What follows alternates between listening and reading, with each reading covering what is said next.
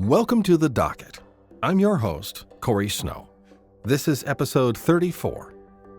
At midnight on January 13, 2025, after extensive litigation by Donald Trump in an attempt to prevent it, the U.S. Department of Justice released Volume 1 of the report by Special Counsel Jack Smith, which describes the special counsel's work to investigate and prosecute Donald Trump for his attempts to overturn the 2020 presidential election. The report comprises 6 sections and an appendix. This episode is an audio reading of the Letter of Introduction and Part 1, The Results of the Investigation. For the sake of clarity, footnotes are omitted and most legal citations are omitted or simplified. United States Department of Justice. Jack Smith, Special Counsel. January 7, 2025. Delivery by hand. The Honorable Merrick B. Garland, Attorney General of the United States. Robert F. Kennedy, Department of Justice Building, 950 Pennsylvania Avenue Northwest, Washington, D.C. 20530. Regarding Final Report of the Special Counsel under 28 CFR Section 600.8. Dear Mr. Attorney General, in the fall of 2022, former President Donald J. Trump was a subject of 2 separate criminal investigations by the Department of Justice. The first was an investigation into whether any person violated the law in connection with efforts to interfere with the lawful transfer of power following the 2020 presidential election. The second investigation focused on the possession of highly classified documents at Mr. Trump's Mar-a-Lago social club following his presidency. On November 15, 2022, Mr. Trump declared his candidacy to unseat President Joseph R. Biden Jr., who had previously stated his intention to stand for re-election. Mr. Trump's announcement created a highly unusual situation in which the department, an agency within the executive branch headed by President Biden, was conducting criminal investigations regarding his newly declared challenger. Based on a long-standing recognition that in certain extraordinary cases, it is in the public interest to appoint a special prosecutor to independently manage an investigation and prosecution, you, as the Attorney General, promptly did so here to underscore the Department's commitment to both independence and accountability in particularly sensitive matters. Attorney General Merrick B. Garland remarks on the appointment of a special counsel. On the day that I was appointed, I pledged that I would exercise independent judgment, follow the best traditions of the Department of Justice, and conduct my work expeditiously and thoroughly to reach whatever outcome the facts and law dictated. With the aid of an outstanding team, that is what I did. Upon my appointment, I organized a staff of experienced career federal prosecutors, and together we conducted the investigations and subsequent prosecutions under our mandate, consistent with the Department's traditions of integrity and nonpartisanship that have guided all of us throughout our careers. Attorney General Edward H. Levi, who assumed the Department's helm in the wake of Watergate, summed up those traditions best. One paramount concern must always guide our way.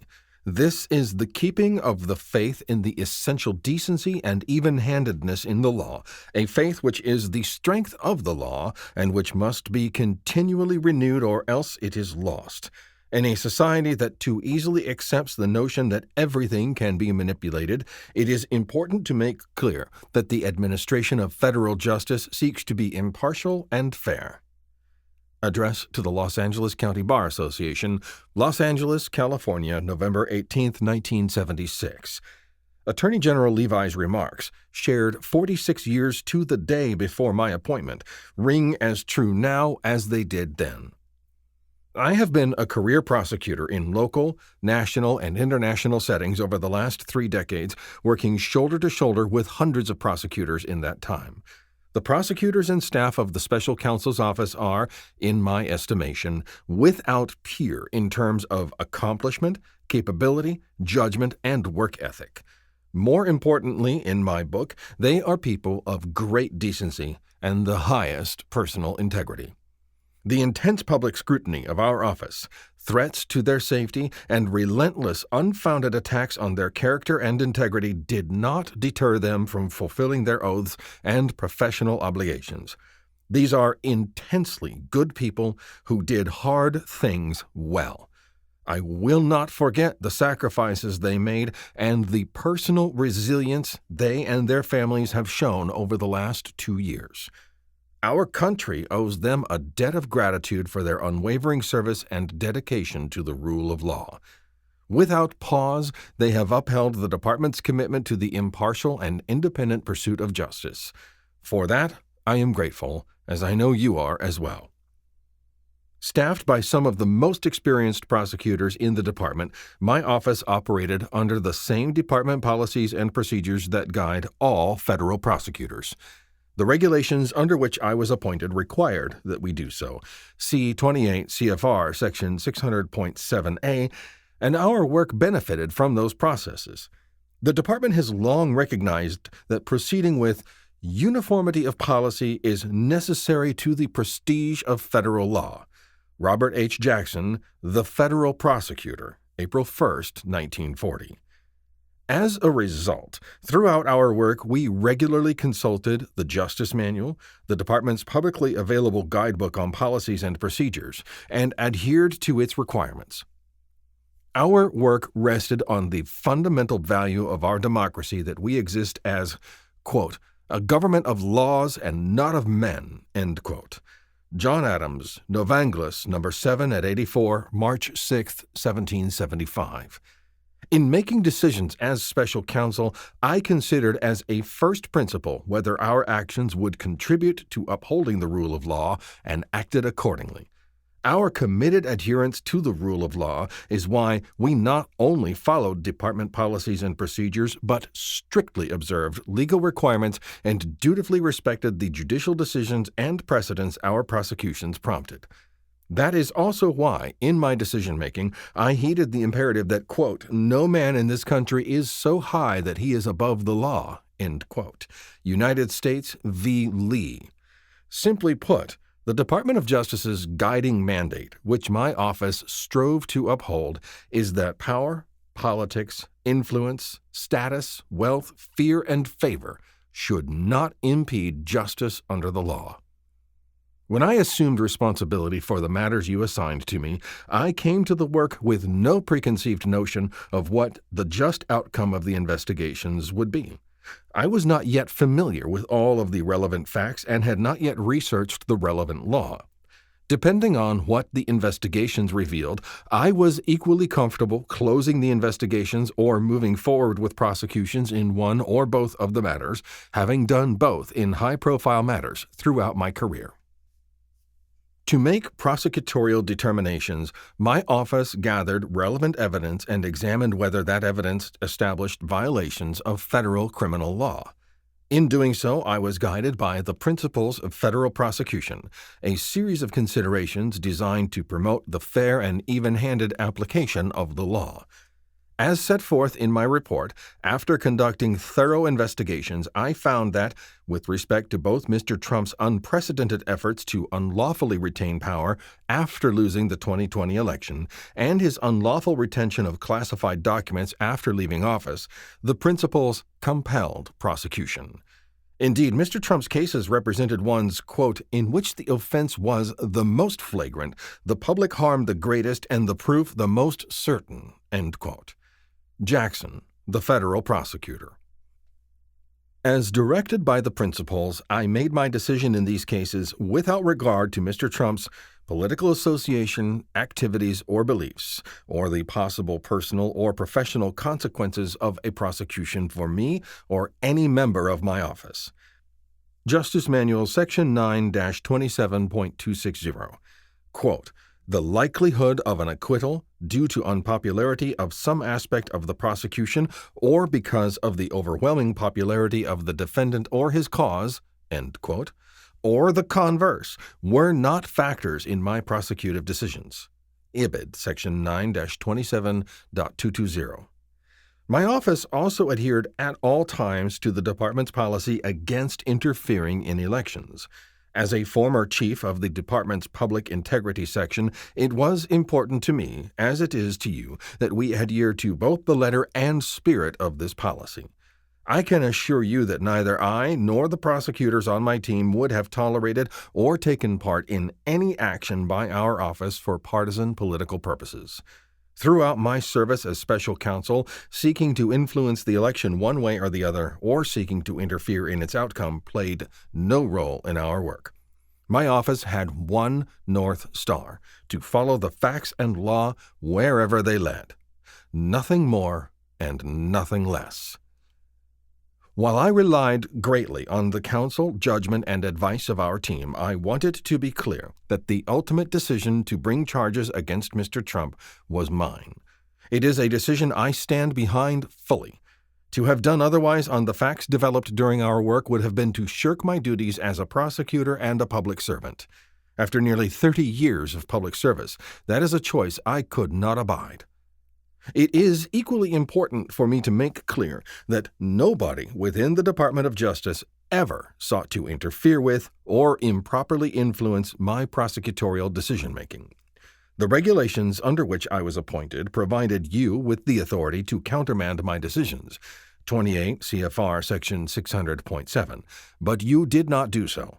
Nor did you, the Deputy Attorney General, or members of your staff ever attempt to improperly influence my decision as to whether to bring charges against Mr. Trump. And to all who know me well, the claim from Mr. Trump that my decisions as a prosecutor were influenced or directed by the Biden administration or other political actors is, in a word, laughable. While we were not able to bring the cases we charged to trial, I believe the fact that our team stood up for the rule of law matters. I believe the example our team set for others to fight for justice without regard for the personal costs matters. The facts, as we uncovered them in our investigation and as set forth in my report, matter. Experienced prosecutors know that you cannot control outcomes. You can only do your job the right way for the right reasons. I conclude our work confident that we have done so and that we have met fully our obligations to the Department and to our country. Accompanying this letter, I am providing you, quote, a confidential report explaining the prosecution or declination decisions reached by the Special Counsel, end quote. 28 CFR Section 600.8. The report consists of 2 volumes. Volume 1 addresses the election case, and Volume 2 addresses the classified documents case. I understand that you are considering whether all or part of my report can be made public, consistent with applicable legal restrictions. See 28 CFR Section 600.9. Both volumes minimize the identification of witnesses and co-conspirators consistent with accepted department practice, and we have provided a redacted version of Volume 2 that identifies certain information that remains under seal or is restricted from public disclosure by Federal Rule of Criminal Procedure 6E.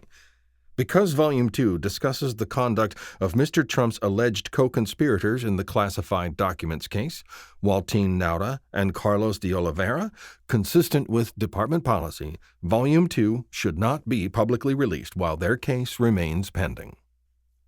Though not required, prior to finalizing the report, my office provided an opportunity for counsel for Mr. Trump to review both volumes, and for counsel for his former co-defendants in the classified documents case, Mr. Nauta and Mr. de Oliveira, to review Volume 2.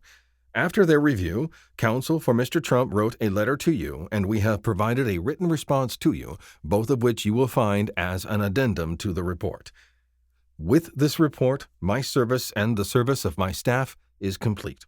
I thank you for the trust you placed in me and my team and for affording us the independence necessary to conduct our work. Public service is a privilege, and we deeply appreciate the opportunity to serve our nation in seeking to uphold the rule of law. Sincerely yours, Jack Smith. Final Report on the Special Counsel's Investigations and Prosecutions. Volume 1. The Election Case.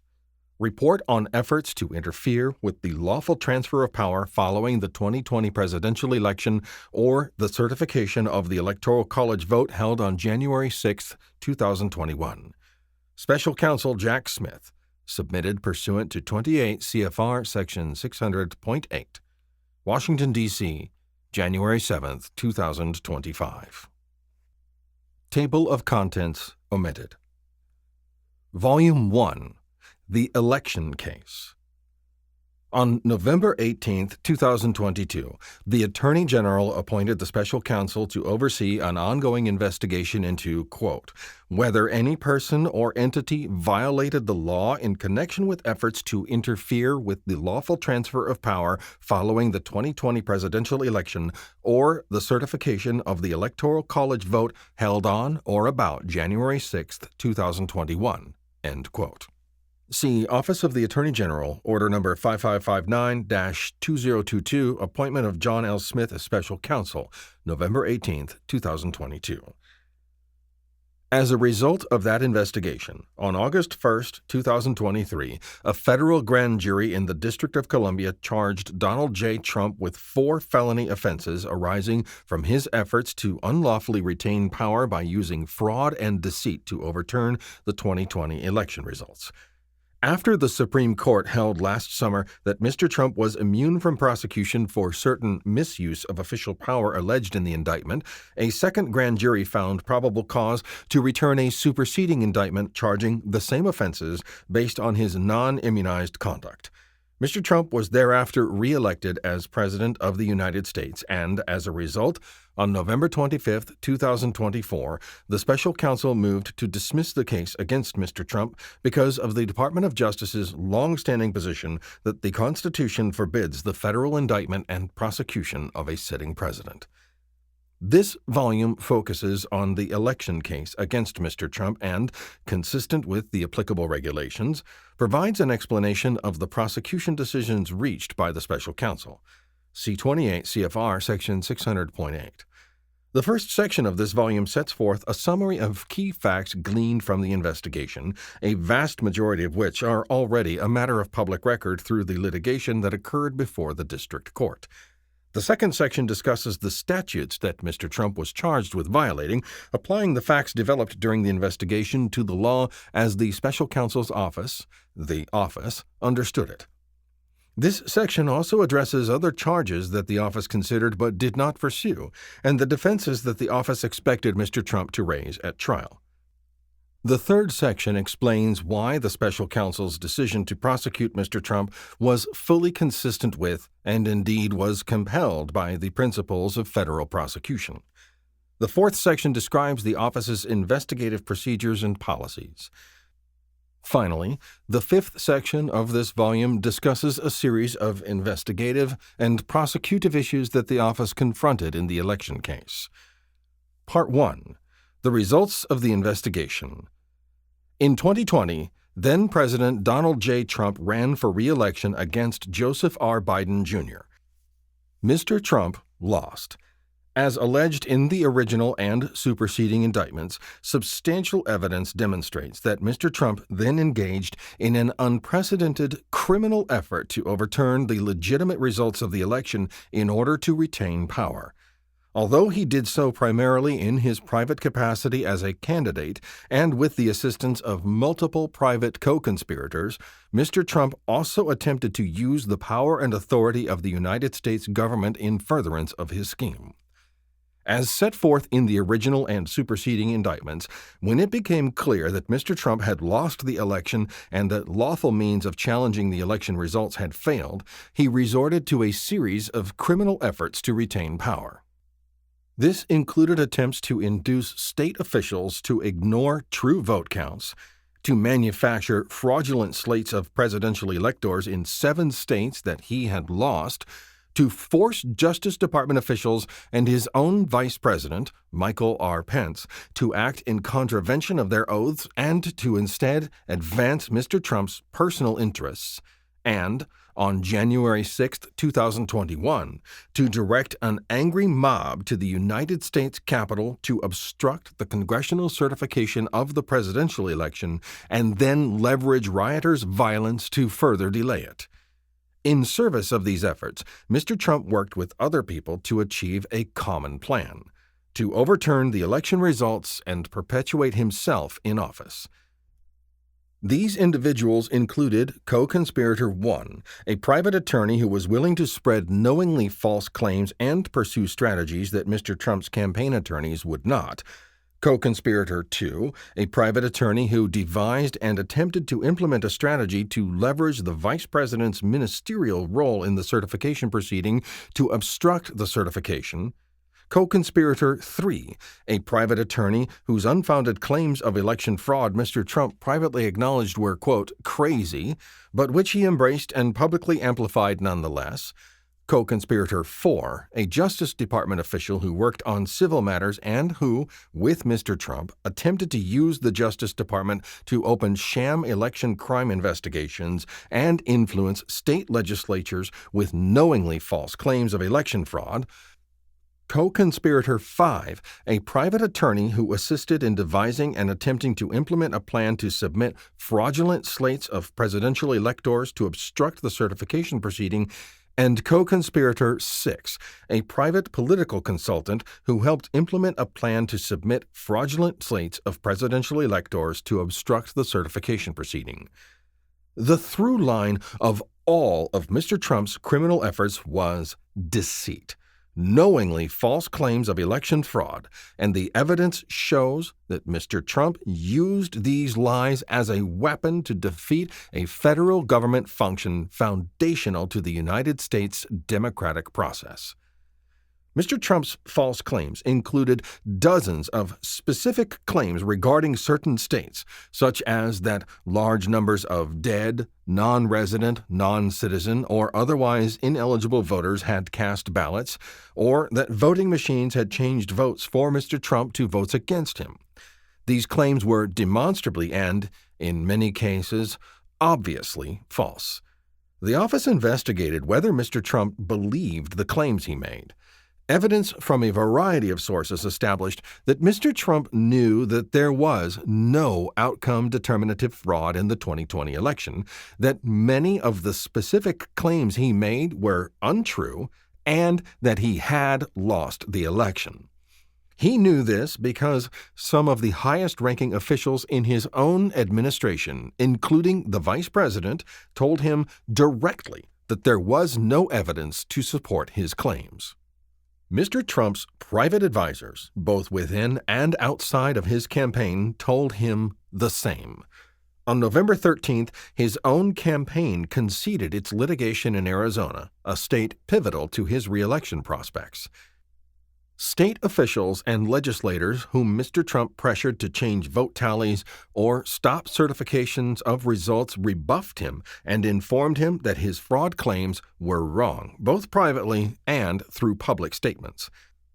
Mr. Trump also monitored legal developments regarding the election and was on notice that state and federal courts rejected every post-election lawsuit that Mr. Trump and his allies filed claiming outcome determinative election fraud. Mr. Trump and co-conspirators could not have believed the specific fraud claims that they were making because the numbers they touted, for instance, of dead voters in a particular state, frequently vacillated wildly from day to day or were objectively impossible, including, for example, co-conspirator 3's claims about voting machines that Mr. Trump privately acknowledged sounded, quote, crazy before he publicly amplified them. Finally, at times, Mr. Trump made comments implicitly acknowledging that he knew he had lost the election. For example, in a January 3, 2021 Oval Office meeting regarding a national security matter, Mr. Trump stated in part, quote, "It's too late for us. We're going to give that to the next guy," end quote, meaning President-elect Biden. Mr. Trump aimed his deceit at the United States' process of collecting, counting, and certifying votes, which flows from the Constitution and a federal law enacted in 1887 called the Electoral Count Act, ECA.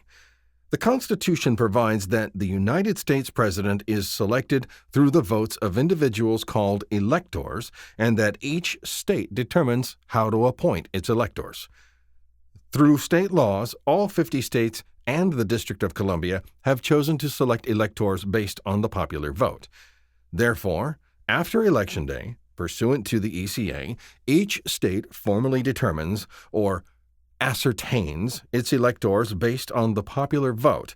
The ascertained electors meet on a day determined by the ECA and cast their votes based on their state's popular vote, and the ascertained electors mail their electoral votes, along with a certification from the state executive that they are the state's legitimate electors, to the United States Congress to be counted and certified in an official proceeding.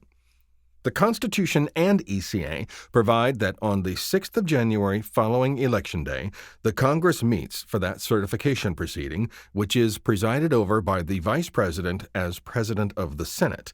The legitimate electors' votes are opened and counted, and the winner is certified. Until Mr. Trump obstructed it, this democratic process had operated in a peaceful and orderly manner for more than 130 years. A. Mr. Trump's pressure on state officials.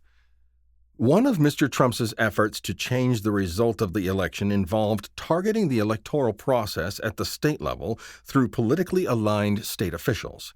Mr. Trump contacted state legislators and executives, pressured them with false claims of election fraud in their states, and urged them to take action to ignore the vote counts and change the results. Significantly, he made election claims only to state legislators and executives who shared his political affiliation and were his political supporters, and only in states that he had lost. For instance, Mr. Trump and co-conspirator 1 called the Speaker of the Arizona House of Representatives on November 22nd and used false fraud claims to try to convince the Speaker to call the state legislature into session and replace Arizona's legitimate electors with Mr. Trump's illegitimate ones.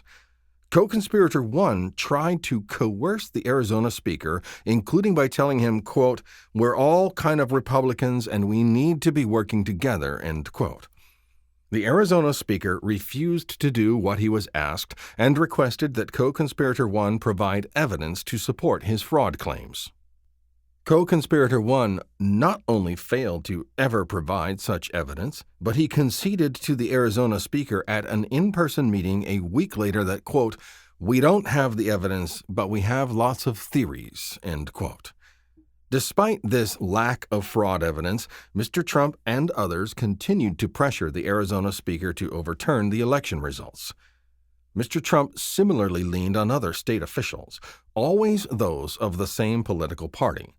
On January 2, 2021, just days before the election results were to be certified, he called Georgia's Secretary of State and pressed him to, quote, "find 11,780 votes," end quote, Mr. Biden's margin of victory in the state.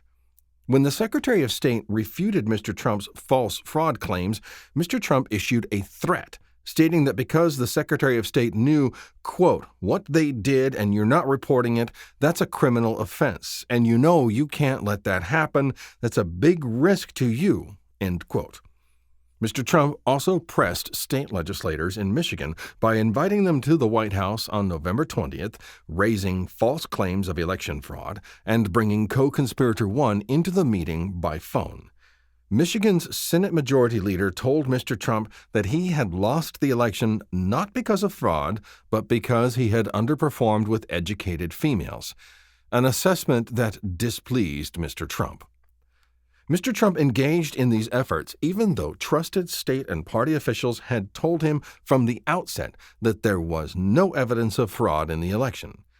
In Arizona, Mr. Trump called the governor on November 9th, a week after Election Day, and after both Fox News and the Associated Press had projected that Mr. Trump had lost the state.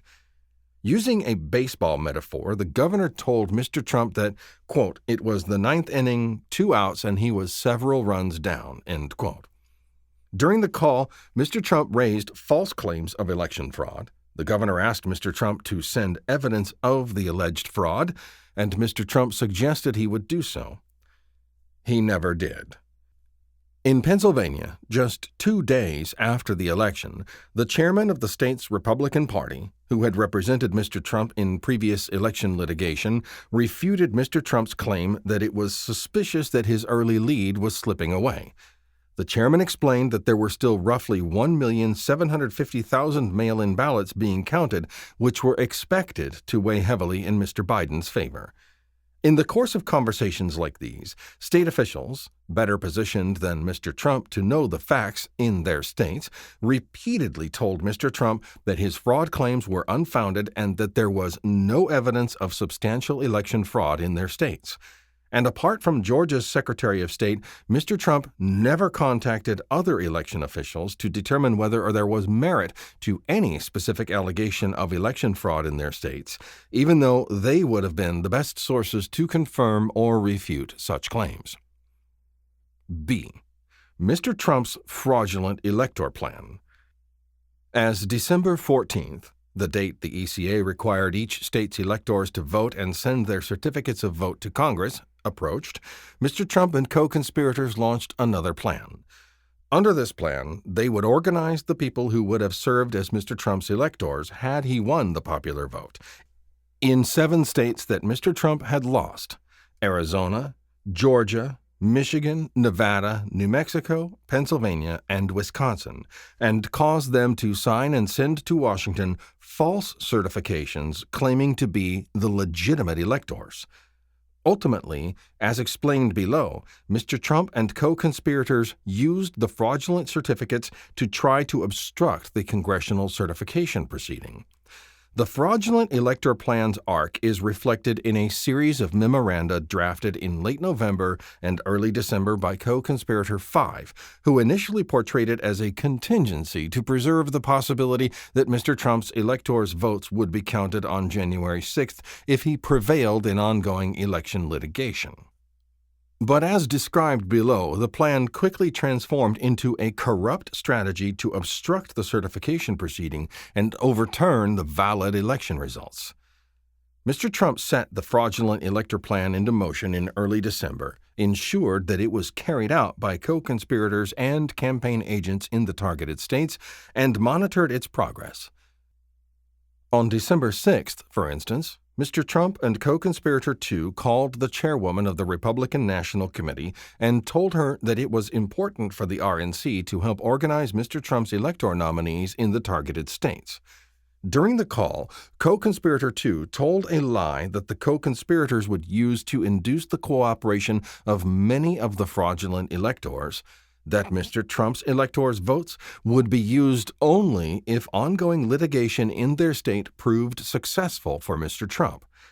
From that point on, Mr. Trump communicated with co-conspirators 1 and 2 about the plan, and they in turn communicated with co-conspirators 5 and 6.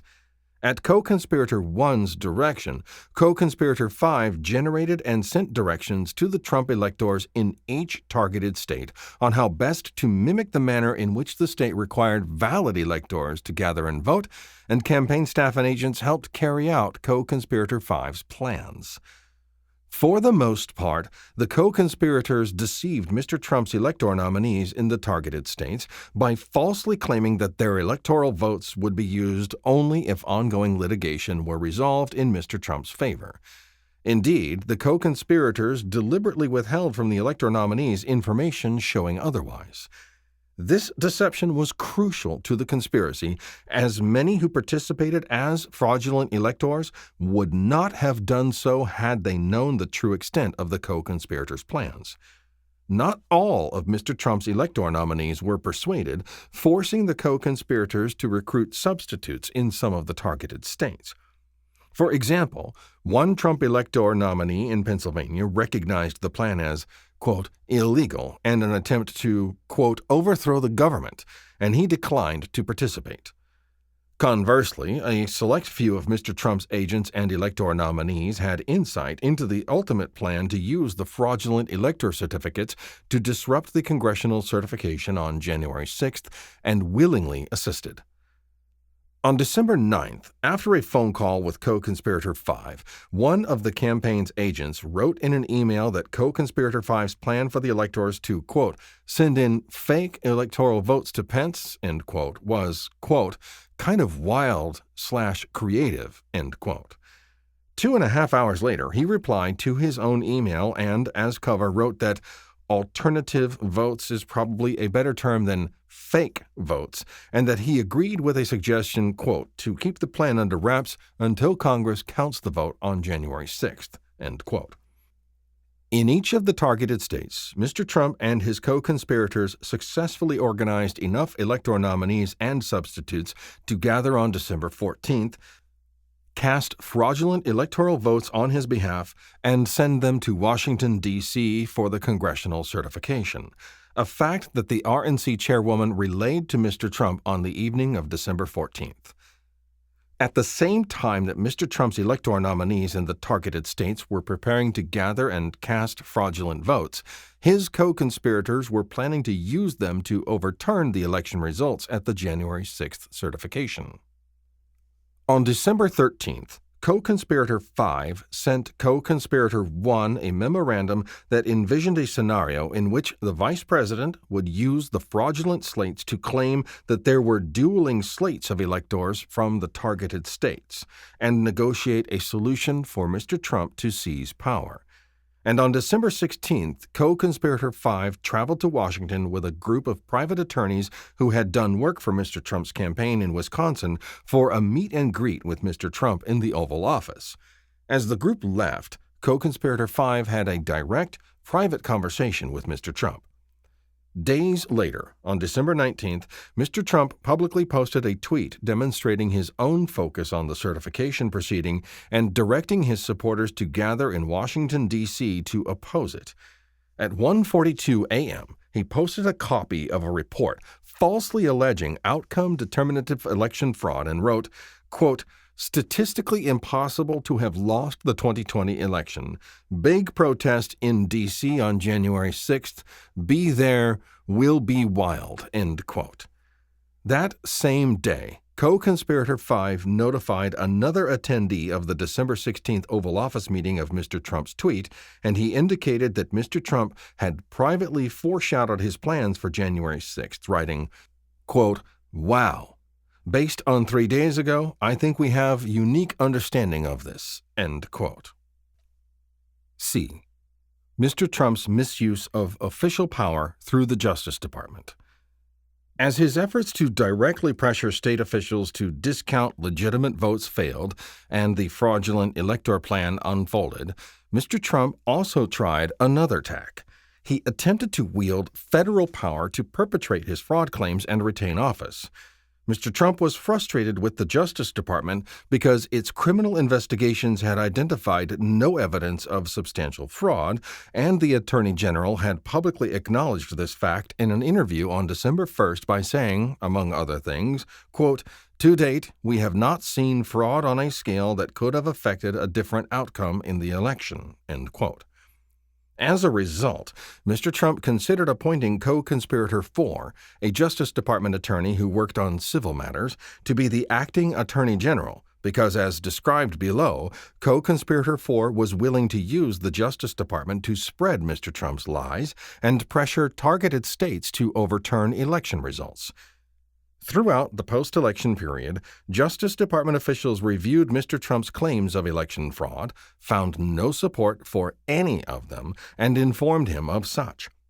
In one such discussion, when the acting Attorney General advised Mr. Trump that the Justice Department could not just snap its fingers and change the election outcome, Mr. Trump told the acting Attorney General and acting Deputy Attorney General that they should, quote, "just say that the election was corrupt and leave the rest to me and the Republican congressman," end quote. In the same call, alluding to replacing Justice Department leadership if they did not do as he directed, Mr. Trump also said, quote, "People tell me Co-Conspirator 4 is great. I should put him in," end quote. Mr. Trump knew about Co-Conspirator 4 because he had been introduced to Co-Conspirator 4 by a member of Congress and had been secretly engaging with Co-Conspirator 4, who was communicating with Mr. Trump in contravention of policies designed to protect the independence of the Justice Department. On December 28th, as his secret communications with Mr. Trump continued, Co-Conspirator 4 emailed the acting Attorney General and acting Deputy Attorney General a proposed letter that falsely claimed that the Justice Department had, quote, "identified significant concerns that may have impacted the outcome of the election in multiple states," end quote, and recommended that those state legislatures convene in special session to reconsider certification of their electoral votes. Co-Conspirator 4 proposed to, quote, Send it to the governor, speaker, and president pro temp of each relevant state to indicate that in light of time urgency and sworn evidence of election irregularities presented to courts and to legislative committees, the legislatures thereof should each assemble and make a decision about elector appointment in light of their deliberations." End quote. Within about an hour of receiving the draft letter, the acting Deputy Attorney General pointedly rejected co-conspirator 4's proposal, writing, quote, "I know of nothing that would support the statement, 'We have identified significant concerns that may have impacted the outcome of the election in multiple states.'" End quote. He also observed that the Justice Department had no role in states' administration of their own elections, writing, quote, "I cannot imagine a scenario in which the department would recommend that a state assemble its legislature to determine whether already certified election results should somehow be overridden by legislative action." Nonetheless, Mr. Trump continued to circumvent Justice Department leadership and engage directly with co-conspirator 4. With Mr. Trump's intervention, co-conspirator 4 obtained a highly classified briefing on foreign interference in the 2020 election on January 2, 2021, a briefing that yielded nothing to support the conspirators' allegations, as demonstrated by contemporaneous electronic messages between co-conspirator 4 and the same member of Congress who had introduced co-conspirator 4 to Mr. Trump. Yet, the following day, Mr. Trump attempted to install co-conspirator 4 as the acting Attorney General. On January 3rd, after Mr. Trump offered the position to co-conspirator 4 and co-conspirator 4 informed Justice Department senior leadership that he was accepting it, Mr. Trump, co-conspirator 4, and senior officials from the Justice Department and White House counsel's office gathered for a hastily scheduled meeting in the Oval Office. Mr. Trump made clear that he wanted to appoint co-conspirator 4 because co-conspirator 4 would cause the Justice Department to send to the targeted states the false letter that the acting Attorney General and the acting Deputy Attorney General had rejected as inaccurate and improper. Mr. Trump ultimately did not do so only because he was informed that if he did, mass resignations within the Justice Department and the White House would result in co-conspirator 4, quote, "leading a graveyard," end quote. Near the end of the meeting, when co-conspirator 4 raised the idea of the Justice Department opining on the vice president's role during the congressional certification, Mr. Trump told all those assembled that no one other than him should be talking to the vice president. D. Mr. Trump's pressure on the vice president. Mr. Trump wanted no one else speaking with Vice President Pence because he and co-conspirators were already implementing a secret plan to use Mr. Pence's ministerial role as President of the Senate to Mr. Trump's advantage. Co-conspirator 2, with assistance from co-conspirators 5 and 6, spearheaded the execution of a strategy, which co-conspirator 2 had recently conceded was not supported by the Constitution or federal law, for Mr. Pence to decline to count the legitimate electoral certificates in the targeted states where Mr. Trump's electors had signed fraudulent ones. In the weeks before the certification, Mr. Trump began pressuring Mr. Pence to cooperate, both directly and by mobilizing Mr. Trump's supporters. In repeated conversations, day after day, Mr. Trump pressed Mr. Pence to use his ministerial position as President of the Senate to change the election outcome, often by citing false claims of election fraud as justification. He even falsely told Mr. Pence that the, quote, Justice Department was finding major infractions, end quote. When Mr. Pence repeatedly refused to act as Mr. Trump wanted, Mr. Trump told him that hundreds of thousands of people would hate his guts and think he was stupid, and that Mr. Pence was too honest. Surrounding these communications, Mr. Trump frequently took to Twitter to exhort supporters to travel to Washington for January 6th, such as when he tweeted on January 1st, quote, "The big protest rally in Washington, D.C. will take place at 11 o'clock a.m. on January 6th. Locational details to follow. Stop the steal," end quote. On January 4th, 2 days before the certification proceeding, Mr. Trump arranged for Mr. Pence to meet with co-conspirator 2 in the Oval Office, in hopes that co-conspirator 2 could convince Mr. Pence to accede. During the meeting, co-conspirator 2 outlined 2 ways that he claimed Mr. Pence could affect the election outcome using his role in the certification. He could reject the legitimate electors outright, denying Mr. Biden an electoral majority and likely sending the selection of the president to the House of Representatives, where fellow Republicans controlled the majority of state delegations, or he could send the elector slates to targeted states' legislatures for them to choose which electoral votes should be counted, affording Republican-controlled legislatures the opportunity to reject Mr. Biden's electors and replace them with Mr. Trump's. In response to Mr. Pence's questioning, co-conspirator 2 admitted that both proposals violated the ACA and were untested. When Mr. Pence turned to Mr. Trump and pointed out that even Mr. Trump's lawyer, co-conspirator 2, did not think Mr. Pence had the authority to return electoral votes to the states, Mr. Trump responded that he, quote, liked the other thing better, end quote, which Mr. Pence understood to mean Mr. Pence simply rejecting the electoral votes outright. In the end, Mr. Pence again stated that he did not believe he could do what he was being asked.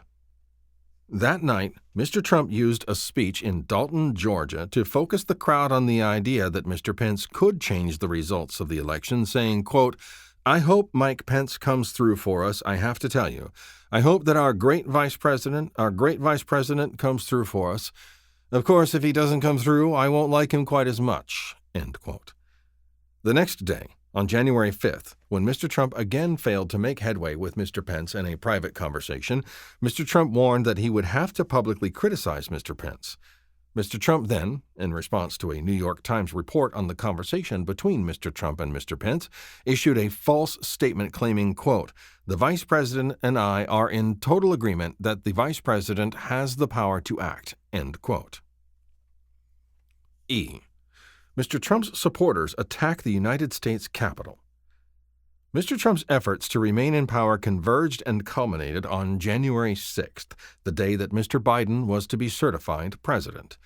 That day, Mr. Trump was scheduled to speak at the Ellipse to the crowd of supporters he had summoned to Washington with false claims of election fraud. At around 1:00 a.m. on the morning of January 6th, Mr. Trump tweeted, quote, if Vice President Mike Pence comes through for us, we will win the presidency. Many states want to decertify the mistake they made in certifying incorrect and even fraudulent numbers in a process not approved by their state legislatures, which it must be. Mike can send it back, end quote. Just before he left the White House to give his speech at the Ellipse, Mr. Trump phoned Mr. Pence one last time. When Mr. Pence told Mr. Trump that he planned to issue a public statement making clear that he lacked the authority to do what Mr. Trump wanted, Mr. Trump expressed anger at him. He then directed staffers to reinsert into his planned Ellipse speech some language that he had drafted earlier targeting Mr. Pence. During his speech at the Ellipse, Mr. Trump made one more attempt to retain power. In his remarks, Mr. Trump repeated many of the same lies he had been telling for months regarding dead voters, non-citizen voters, and vote dumps, and he told newer ones, lies that targeted states wanted to change their electors, and that Mr. Pence had the authority and might be persuaded to change the election results. The lie regarding Mr. Pence was particularly deceptive because Mr. Trump knew what his supporters in the crowd did not, that Mr. Pence had just told him in no uncertain terms that he would not do what Mr. Trump was demanding. Mr. Trump told the crowd, a crowd of his supporters that he had remarked to advisers the night before was, quote, angry, that the election had been stolen and the country would no longer exist if this purported crime were not stopped, and that discovery of, quote, fraud licensed them to, quote, go by very different rules, end quote. Although Mr. Trump at one point also told his supporters to, quote, peacefully and patriotically make their voices heard, end quote, he used the word fight more than 10 times in his speech before concluding by directing his supporters to march to the Capitol to give allied members of Congress, quote, the kind of pride and boldness they need to take back our country, end quote. He also told the angry crowd that, quote, if you don't fight like hell, you're not going to have a country anymore, end quote. Throughout the speech, Mr. Trump gave his supporters false hope that through such action they could cause Mr. Pence to overturn the election results, even improvising new lines directed at Mr. Pence as the speech went on. At Mr. Trump's urging, thousands of his supporters marched from the Ellipse to the Capitol building. There, Mr. Pence began the certification at around 1:00 p.m. Outside the building, the crowd swelled and broke through barriers cordoning off the grounds. The crowd that attacked the Capitol was filled with Mr. Trump's supporters, as made clear by their Trump shirts, signs, and flags. As described in detail below, the crowd violently attacked the law enforcement officers attempting to secure the building. 3 pages, containing a total of 6 photographs of the violence on January 6, 2021, are at this point in the document. After his speech, Mr. Trump returned to the White House and, at around 1:30 p.m., settled in the dining room off of the Oval Office. There, he watched television news coverage of events at the Capitol and reviewed Twitter on his phone. When the angry crowd advanced on the Capitol building and breached it at around 2:13 p.m., forcing the Senate to recess, several of Mr. Trump's advisers rushed to the dining room and told him that a riot had started at the Capitol and that rioters were in the building. Over the course of the afternoon, they forcefully urged Mr. Trump to issue calming messages to his supporters. Mr. Trump resisted, repeatedly remarking that the people at the Capitol were angry because the election had been stolen. Just before 2:24 p.m., the news channel playing on the television in the dining room where Mr. Trump was sitting aired an interview with an individual marching from the Ellipse to the Capitol who expressed his anger at Mr. Pence and stated, quote, "But I still believe President Trump has something else left," end quote. Then, at 2:24 p.m., sitting alone, Mr. Trump issued a tweet attacking Mr. Pence and fueling the riot. Quote, "Mike Pence didn't have the courage to do what should have been done to protect our country and our Constitution, giving states a chance to certify a corrected set of facts, not the fraudulent or inaccurate ones which they were asked to previously certify. USA demands the truth," end quote. 1 minute later, the United States Secret Service was forced to evacuate Mr. Pence to a secure location at the Capitol. When an advisor at the White House learned this, he rushed to the dining room and informed Mr. Trump, who replied, quote, "So what?" The rioters at the Capitol had been motivated and directed by Mr. Trump, and he continued to resist advisors' requests to direct them to leave. Throughout the afternoon, crowds at the Capitol hunted for Mike Pence and other lawmakers, with some chanting, "Hang Mike Pence." At 2:38 p.m. and 3:30 p.m., Mr. Trump issued 2 tweets falsely suggesting that events at the Capitol were peaceful and asking individuals there, whom he termed "we," to remain that way. Quote, "Please support our Capitol Police and law enforcement. They are truly on the side of our country. Stay peaceful," end quote. And, quote, "I am asking for everyone at the U.S. Capitol to remain peaceful. No violence. Remember, we are the party of law and order.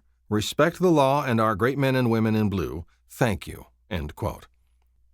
At 4:17 p.m., he tweeted a video message in which he, for the first time, asked his supporters to leave the Capitol, while at the same time falsely claiming that, quote, "We had an election that was stolen from us, a landslide election," end quote, and embracing the people who had attacked the Capitol, telling them, quote, "We love you, you're very special," end quote. And at 6:01 p.m., he tweeted, quote, "These are the things and events that happen when a sacred landslide election victory is so unceremoniously and viciously stripped away from great patriots who have been badly and unfairly treated for so long. Go home with love and in peace. Remember this day forever," end quote. At around the same time as he issued his 6:01 p.m. tweet, Mr. Trump tried to reach 2 United States senators, and he also directed co-conspirator 1 to call members of Congress and attempt to enlist them to further delay the certification.